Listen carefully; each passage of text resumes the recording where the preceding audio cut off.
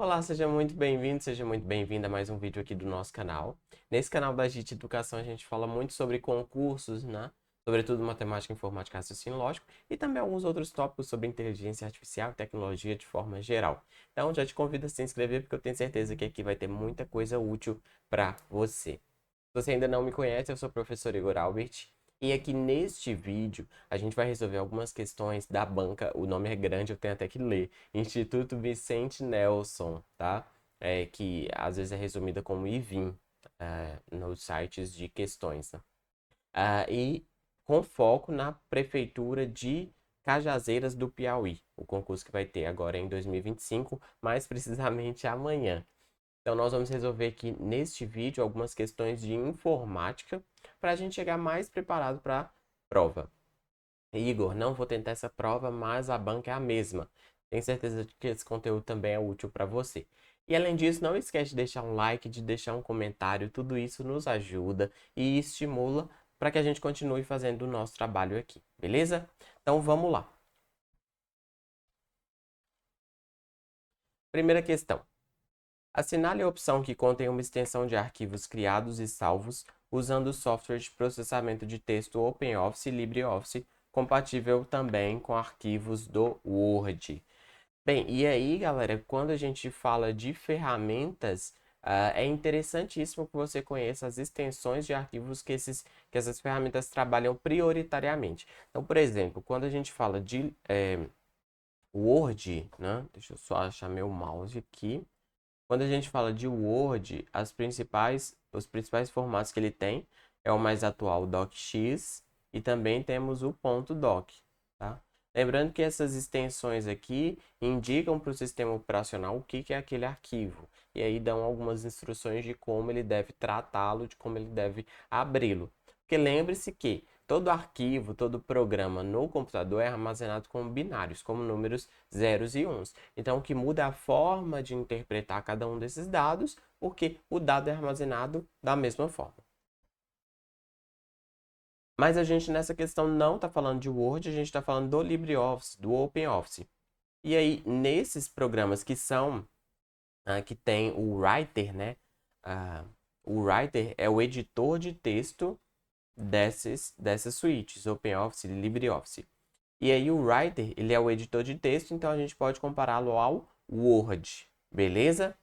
Ah, lembrando que OpenOffice e LibreOffice são ferramentas gratuitas de código aberto. Então você pode utilizá-las sem precisar pagar licenças e pode baixar de forma tranquila, tá? Sem piratear.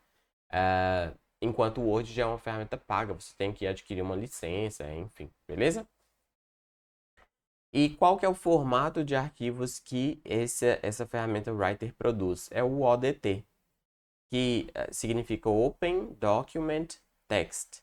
Então, é texto de documento aberto, tá? E esse é o formato prioritário do Writer, que também pode ser aberto no Word. Às vezes, quando você pega um documento ODT e abre no Word, você tem algumas perdas de informação, de formatação, mas geralmente dá para você ler, pelo menos de uma forma assim, satisfatória. Tá? O mesmo acontece com o DocX e com o Doc se você abrir no LibreOffice Writer. Né? Você às vezes perde algo, perde alguma formatação, alguma coisa nesse sentido, mas dá para abrir. Então, resposta alternativa é. Beleza? Galera, conhecer extensões de arquivos é bem importante, porque tem muita banca que cobra, tá?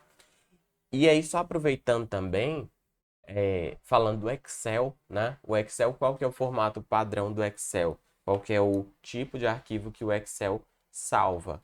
O Excel salva arquivos na extensão XLSX ou XLS. Essas aqui são as prioritárias. Então, lembre-se dessas extensões, porque são extensões bem comuns. Questão 2, questão de Excel. O resultado da fórmula. E aí a gente tem a fórmula média mais soma. Né? Média de B2 a D2 e soma de B4 a D4. Galera, só lembrando o seguinte. Se eu uso, por exemplo, a fórmula soma B4, ponto e vírgula, D4, Isso quer dizer que eu vou somar apenas o que está em B4 e o que está em D4. Agora, quando eu uso dois pontos, quer dizer que eu vou somar tudo o que está entre B4 e D4, inclusive ambas. Ou seja, nesse caso aqui, eu somaria essas três células aqui. Só que a D4 está vazia, então não tenho que somar. Beleza? Então, vamos lá. Média de B2 a D2. De B2 a D2 é B2, C2 e D2. Só que o D2 está vazio, então a gente desconsidera. Então, B2 mais D2. Então, vou escrever aqui, média de B2 a D2 vai ser 35 mais 5 dividido por 2, né? Então, 40 dividido por 2 dá 20. Essa aqui vai ser a média. Então, essa parte aqui da fórmula vai dar 20. Agora, soma de B4 a D4 é isso aqui, né? 15 mais 10 vai dar 25. Veja que o D4 está vazio, então não tenho que somar. Essa parte aqui dá 25. Ou seja, vai ficar no total 20 mais 25, que é igual a 45. Alternativa C. As fórmulas, pelo menos soma e média, são obrigatórias de se conhecer. E geralmente, o nome da fórmula indica o que ela faz, tá? Então, vai por essa ideia de que, porque aí você já consegue resolver algumas questões. E lembre-se dessa diferença. Em muitas fórmulas, não em todas, você pode trocar. Você pode utilizar tanto dois pontos quanto ponto e vírgula. Se você usa o ponto e vírgula, você especifica uma a uma quais células você quer trabalhar naquela fórmula. Se você usa dois pontos, você especifica que você quer um intervalo entre aquelas duas células, beleza? E só um último ponto que eu queria destacar aqui nessa revisão é o seguinte: a fórmula MED não calcula média. A fórmula MED calcula mediana. Para calcular a média, a gente de fato usa a fórmula média. Cuidado, porque eu já vi muita questão de muita banca fazendo essa pegadinha e muita gente cai. Então, você não vai cair e se aparecer essa questão lá na prova amanhã, você vai acertar, beleza? Então, resposta alternativa C. Questão 3. Tendo como base a imagem do Word, as duas ferramentas destacadas que também estão assinaladas pela seta têm a funcionalidade de... Bem, galera, essas duas ferramentas... Só localizar o meu mouse. Essas duas ferramentas que estão aqui em cima, elas diminuem e aumentam o recuo. O que isso significa? Você tem aqui a página, né? E aqui você está digitando um texto. Se você quiser que esse texto fique mais longe da borda, você pode aumentar o recuo. Agora, por exemplo, aqui você tem a primeira linha que pode ficar um pouco mais recuada, né? Agora, se você quiser juntar mais, aí você tem que utilizar a ferramenta de diminuir o recuo. Então, isso aí faz justamente aumentar ou diminuir o recuo do texto em relação à margem esquerda. Beleza? Então, essa é a ideia. Lembrando que aqui embaixo a gente tem as ferramentas de alinhamento. À esquerda, centralizado, à direita, justificado. Aqui, espaçamento entre linhas. Aqui a gente tem a opção de colocar marcadores, marcadores numéricos e por aí vai. Mas nesse caso, a gente tem as opções de diminuir recuo e aumentar recuo. A alternativa é.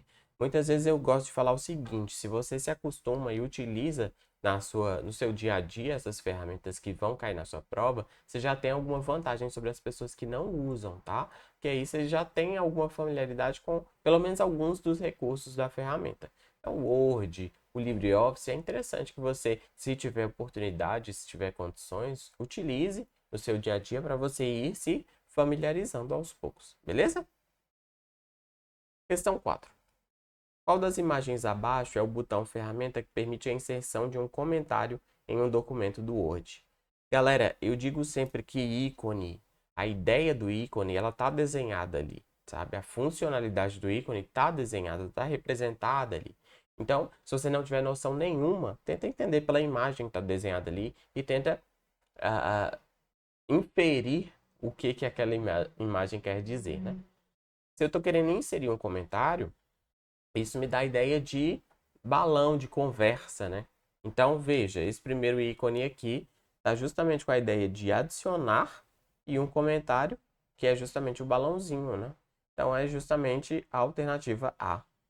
Aqui a gente tem, por exemplo, ferramenta de cor de fundo do texto, ferramenta de adicionar mídias, aqui ferramenta de sinalizadores, mas no caso é a alternativa A, que é a correta de inserir comentários. Veja que se você não soubesse e olhasse os ícones, provavelmente você acertaria.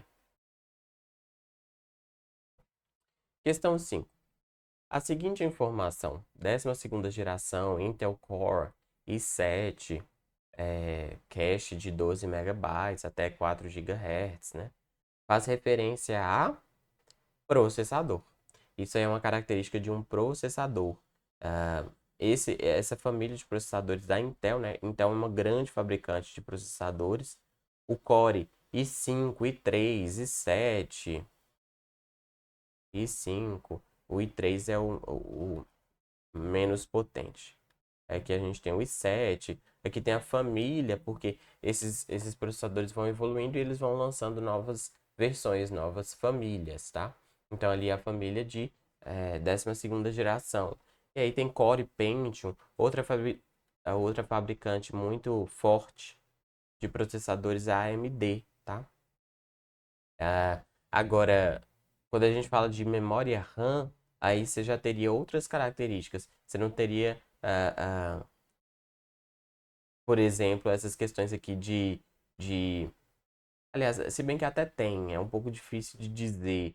ah, por exemplo, gigahertz. A memória RAM também pode ter essa característica. Ela também tem essa característica de cache. Só que a memória RAM ela não tem cores, né? Ela não tem cores, não tem essa característica. Impressora nada a ver, né? Monitor e celular também não. Então, pelo menos saiba essas principais fabricantes de processadores, que são Intel e AMD, que isso pode te dar pelo menos um norte lá na sua prova. Geralmente, quando a gente fala de memória RAM, a gente especifica mais a quantidade da memória. Então, 4 GB, 8 GB, 16 GB bytes, né, de memória RAM. A gente tem na memória RAM a característica da velocidade, que é especificada em gigahertz, né? Ah, mas a gente, ou em seus múltiplos também, mas a gente não tem essas outras características que são específicas do processador, por exemplo, essa questão de número de cores. Porque um processador, qual que é o papel do processador no computador, né? O processador, ele é responsável por fazer cálculos numéricos, fazer processamentos com os dados que a gente está operando ali, tá? Então, quando a gente está utilizando um programa, a gente está fazendo um uso intensivo do processador, por exemplo. A memória RAM, ela tem, como o próprio nome sugere, a capacidade, a responsabilidade de armazenar dados. E aí, quando você está executando, por exemplo, um programa, né, esse programa está armazenando dados também no seu computador, pelo menos temporariamente. E a característica da memória RAM é que ela é volátil. Quando você desliga o computador, você perde o que está nela. Então, veja que ela é um processamento apenas temporário, né? Quando você quer salvar algo para utilizar ao longo do tempo, sem perder quando a energia desligar, aí você usa o HD, o SSD, por exemplo. Beleza? Então, é isso. Essa é a ideia geral aqui. Alternativa C. Questão 6. As três ferramentas presentes no site da Google, representadas na imagem abaixo, têm como funcionalidade. Veja que, mais uma vez, o ícone já sugere muita coisa para a gente. Aqui a gente tem um tecladinho, né? Esse tecladinho indica que eu vou digitar, na verdade, ele vai me apresentar um teclado virtual na tela para eu conseguir digitar. Então, às vezes, alguém tem alguma questão de acessibilidade e ele não consegue digitar, mas consegue clicar de alguma forma na tela. Então, ter esse teclado na tela facilita o uso da ferramenta, né? Então, essa é a ideia dessa primeira funcionalidade. Depois a gente tem um microfone que sugere justamente a pesquisa por voz. E aqui a gente tem a pesquisa por imagem. No Google você consegue colocar uma imagem e fazer pesquisas de coisas relacionadas àquela imagem também. E é esse o recurso aí, tá? Esses recursos muitas vezes mudam de cor, variando as versões, né, do Google. mas geralmente eles estão presentes. Então, esteja mais atento também para as ferramentas que você usa no dia a dia. Eu tenho certeza que você já fez muita busca no Google, seja no telefone, seja no computador.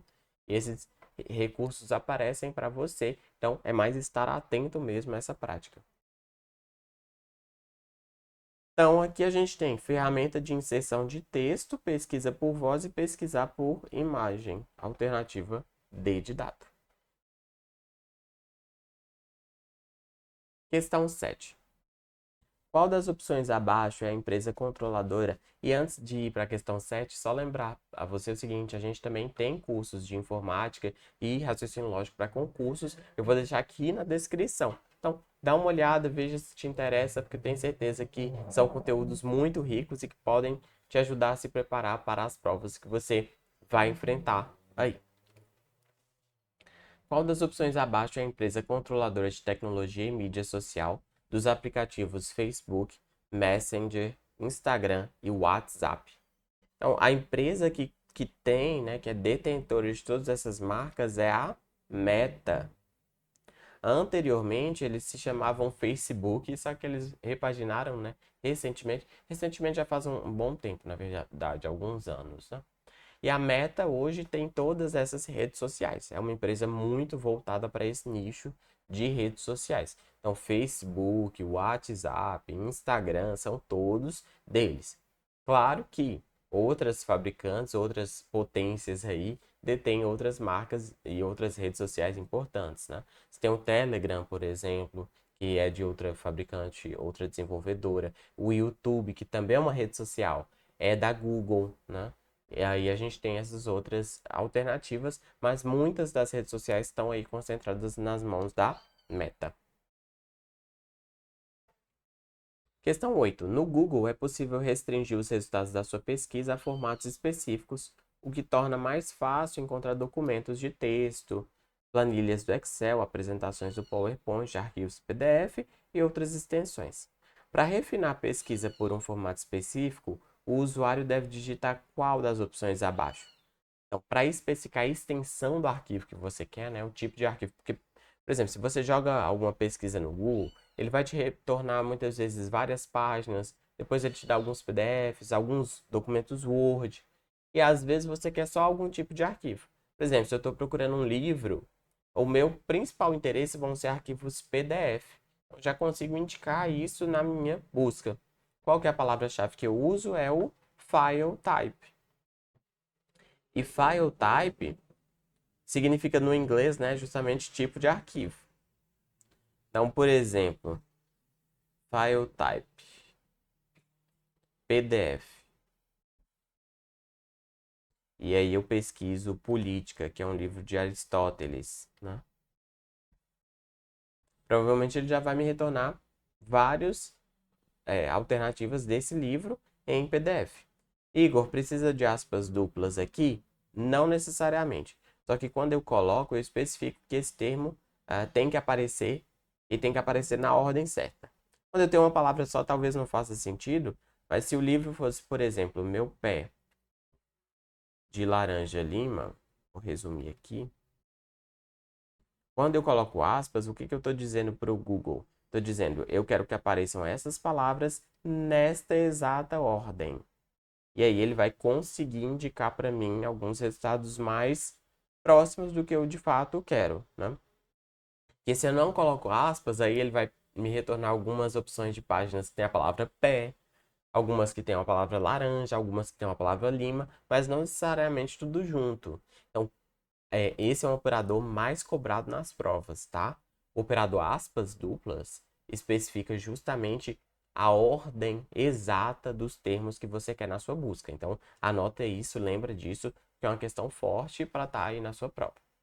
Beleza? Então, nesse caso, para especificar o tipo de arquivo, file type, alternativa C. Questão 9. O equipamento capaz de digitalizar um documento, ou seja, fazer cópias digitais e transferir as informações coletadas a um computador, recebe o nome de. Então, veja, esse equipamento ele pega uma folha de papel e aí ele vai fazer um processamento e tornar esse documento digital. Vai levar para um computador, né? Vai fazer uma foto disso no computador, basicamente. Esse equipamento se chama scanner. É o scanner que faz isso. E aí, muitas vezes, as impressoras multifuncionais são justamente impressoras e scanners também, tá? Então, a gente consegue colocar um papel ali e ele vai escanear e colocar essa imagem no nosso computador. Isso, muitas vezes, é bastante útil, beleza? Hoje, com os telefones, até que a gente também consegue digitalizar os documentos tirando uma foto. Mas, antigamente, era um recurso bastante útil para nós, beleza? Só passando aqui alguns pontos que apareceram, no break é um equipamento e quando a energia cai, ele mantém o computador funcionando por algum tempo. Então pode ser muito útil para alguns serviços, alguns tipos de aplicações, né?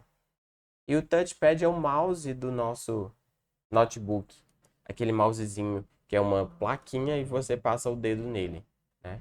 Esse é o touchpad, beleza? Então, questão 9, alternativa C. E para finalizar, a questão 10.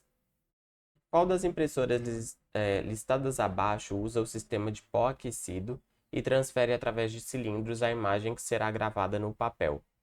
Então, o tipo de impressora que faz isso, que faz essa transferência de um pozinho para o papel, é a impressora a laser, tá? Ela utiliza desse recurso. Basicamente, ela pinta com laser, onde ela quer que seja impressa as letras, né, que ela quer que sejam impressas, e aí depois o pó é jogado e esse pó ele vai grudando no lugar em que foi feito o desenho. Essa é a ideia. A impressora matricial é um tipo um pouco mais antigo, e a ideia dela é que ela tinha algumas canetas e essas canetas iam desenhando no papel, né, as letras. Jato de tinta, como o nome sugere, usa tinta. É aquela impressora que a gente imprime colorido, etc. E o jato de tinta, quando você molha o papel que ela imprimiu, ela fica toda borrada. A folha fica toda borrada, né? Então, esses três tipos de impressões são bem comuns. Então, nesse caso, ele menciona essa questão do pó. Então, vai ser inevitavelmente a impressora laser, alternativa C. E aqui a gente termina essas questões da Banca e Vim, né? Instituto Vicente Nelson. E mais uma vez, lembre-se, se você tiver interesse para outros concursos, né? Porque esse de amanhã já não dá tempo, mas se você também está vendo esse vídeo para outro concurso, dá uma olhada nos nossos cursos de informática e raciocínio lógico para concurso, que eu tenho certeza que são materiais úteis para você. No mais, muito obrigado por assistir. Espero que você tenha muito sucesso na prova. Deixa um like, deixa um comentário, tudo isso nos ajuda muito. Muito obrigado. Vejo você em breve. Até logo e falou!